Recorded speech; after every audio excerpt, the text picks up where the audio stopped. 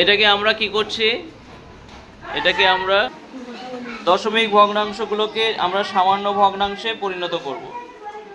তাহলে কাজ হচ্ছে কি, দেয়া আছে দশমিক ভগ্নাংশ, করতে হবে আমাকে সামান্য ভগ্নাংশ। আমরা এটা দশমিক ভগ্নাংশ দেখতে পাচ্ছি, যেহেতু এখান থেকে আমাদের সামান্য ভগ্নাংশে করতে হবে, তাই সামান্য ভগ্নাংশের জন্য সমান সমান চিহ্ন দিয়ে একটা দাগ দিলাম, মানে এর উপরে লেখা হবে, এর নিচে লেখা হবে। এখানে দশমিকের পরে যেটা আছে সেটা আমরা এই ভগ্নাংশের উপর অংশে বসিয়ে দেব। দশমিকের পরে যে অংশটা আছে সেটা উপরে বসিয়ে দেব।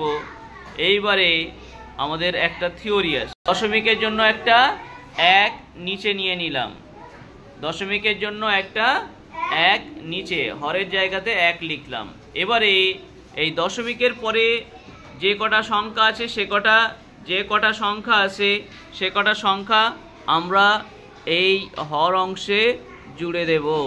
কটা সংখ্যা আছে দশমিকের পরে, কটা অঙ্ক আছে দশমিকের পরে একটা, তাই হরে 1-এর পরে একটা 0 বসলো।